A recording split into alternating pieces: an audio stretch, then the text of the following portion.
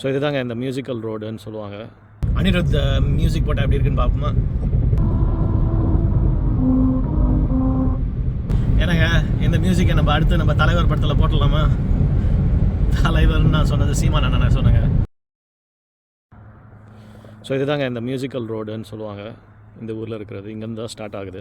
இந்த இடத்துல வந்து நீங்கள் 55 mph நீங்கள் ட்ரைவ் பண்ணணும். அந்த மியூசிக் எப்படி வருதுன்னா, இங்கே பார்த்தீங்கன்னா இந்த ரோட்டில் இந்த கட் பண்ணியிருக்காங்க பார்த்தீங்களா க்ரூஸு,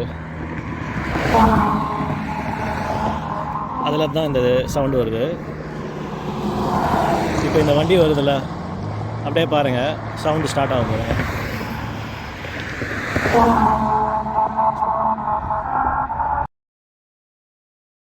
அனிருத் மியூசிக் போட்டால் எப்படி இருக்குன்னு பார்ப்போமா? உள்ளே என்டர் ஆக போகிறோம்.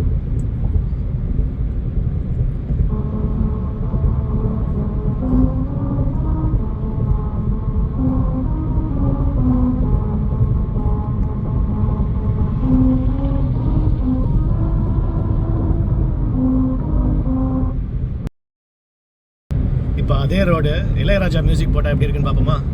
பார்ப்போம் வாங்க.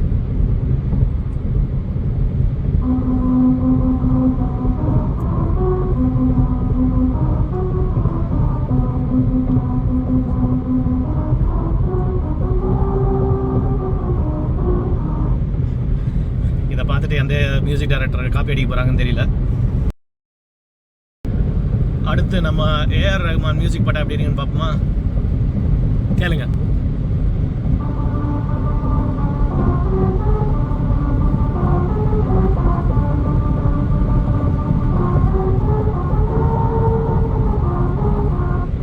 ஏன்னாங்க இந்த மியூசிக்கை நம்ம அடுத்து நம்ம தலைவர் படத்தில் போட்டலாமா? தலைவர்னு நான் சொன்னது சீமான் அண்ணன் சொன்னேங்க. ஓகேங்க, இந்த ரோடு எங்கே இருக்குது, இந்த மியூசிக்கல் ரோடு எந்த ஊரில் இருக்குது, அதோட டீட்டெயில்ஸ், இது எப்படி செஞ்சாங்க கன்ஸ்ட்ரக்ஷன், அந்த கன்ஸ்ட்ரக்ஷனில் என்ன தப்பு நடந்துச்சு, இதை பற்றியெல்லாம் டீட்டெயில்ஸ் எல்லாம் நான் வந்து கீழே போட்டிருக்கேன். இன்ட்ரெஸ்டடாக இருக்கவங்க வந்து அந்த லிங்க்கை பார்த்து தெரிஞ்சுக்கோங்க. ஓகே, அடுத்த வீடியோவில் பார்ப்போம்.